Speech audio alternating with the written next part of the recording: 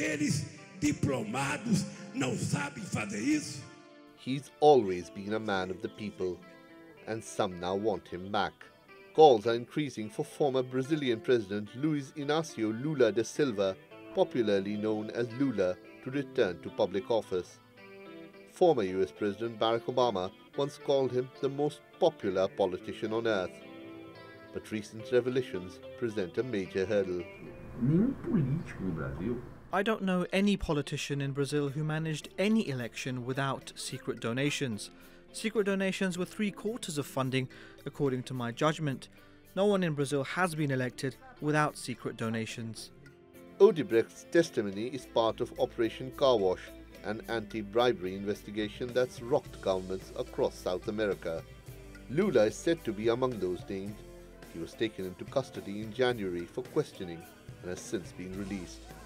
He says it happened only after he criticized the present government's handling of the scandal. Operation Car Wash began in 2014 when a money laundering inquiry against executives of Brazil's state-owned Petrobras oil company. The investigation revealed kickbacks worth at least $4 billion to politicians for awarding contracts. 16 companies, including Odebrecht, were implicated, and 93 people have been convicted and over 230 implicated. They include the top political leadership of Brazil, Panama and Peru. Lula's protege and recently ousted President Dilma Rousseff is also among those named, but so is her nemesis and current president, Michel Temer. He's said to have been present at a meeting where $4 million were handed over in exchange for favors. Isso jamais aconteceu. This never happened, not in this meeting nor any other that I held during my public life, with any person or legal entity. I would never put my reputation at risk. All this is taking place as Brazil goes through its worst recession in recent history. It's led to widespread protests against almost all politicians. The only exception is Lula. He led the country into the league of the world's fastest-growing economies during his 7-year term, lifting 20 million people out of poverty. And now it looks like he's back, and many believe he's the savior the country needs. Shoaib Hassan, the Newsmakers. Well, joining me now from Sao Paulo is Valesca Martins. She's on Lula da Silva's legal team at Teixeira Martins and Advogados. Thanks so much for joining us, ma'am. When people read that former President Lula is a defendant in 5 separate corruption trials, they ask, is Lula corrupt? So is he? No, he's not, and his innocence will be proven effectively in all procedures. Lula is a victim of lawfare with frivolous accusations, and as I've already proven in the first of the 5 procedures, when 73 witnesses were heard, 27 of which were accusation witnesses, and all of them cleared Lula. All of the documents already clear Lula of any wrongdoing. So his innocence will be proven, and we will fight all the end to prove it. When it seems as if the courts might rule against 3 former presidents, that says democracy, doesn't it? It smacks of democracy. It says nobody is above the law. Even if you were the most powerful person in the country, the courts will still go after you if you were corrupt. Well, if you were corrupt, yes, they should go after you. If you're not corrupt, they should not go after you. And this is Lula's case. Lula has always been the president that fought corruption in Brazil. He's the one that empowered the federal police. He's the one that gave independence to the federal prosecutor's office. Lula is the one who instituted the transparency portal. He was the one who gave independence to the agency specialized in fighting corruption. Therefore, Lula will prove that he's not above the law, but he's not beneath the law. He deserves the compliance of the law to its full extent. And if judged by an impartial judge, he will be found innocent. When Marcelo Odebrecht, the former CEO of Odebrecht, which was found guilty of widespread bribery, claimed that the codename friend in the company's bribe list was referring to Lula, why do you think he said that? Was he lying? I think after 2 years of being in prison, I think, yes, you will say anything to get out of prison. You will even follow a script by the federal prosecutor's office. He said he thought he was the friend. He doesn't prove it. He doesn't say he ever talked to him. He doesn't say anything that could implicate Lula in wrongdoing. He gives no evidence whatsoever of Lula's wrongdoing. Do you think that the same people who are going after Lula da Silva are the ones who went after Dilma Rousseff and impeached her? Yes, I believe they are actually very intertwined because it is, after all, what they stand for.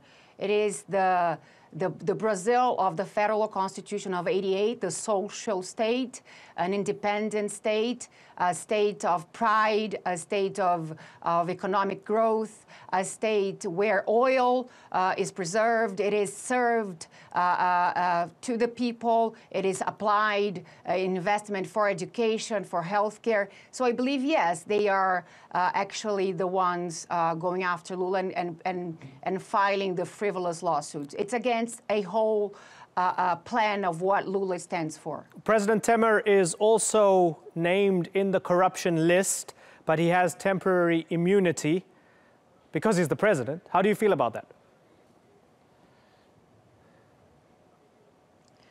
Well, I'm not aware of the allegations against President Temer. I have not read the files.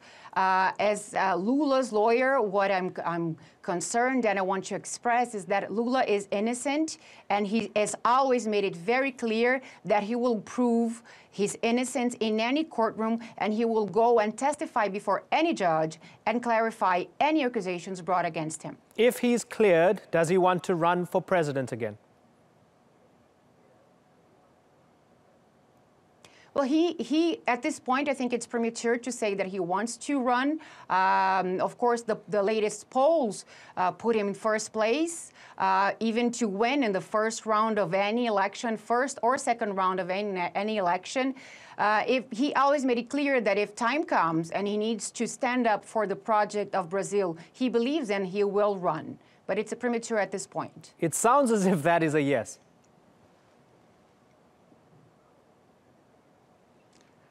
Well, if, again, as he says, if he believes that in 2018, the project of Brazil that he stands for, the project of Brazil that he fought for all of his 40 years of public life is in threat, yes, he said he will decide to run, yes. Just for absolute clarity, I just want to ensure he hasn't ruled out running for president again.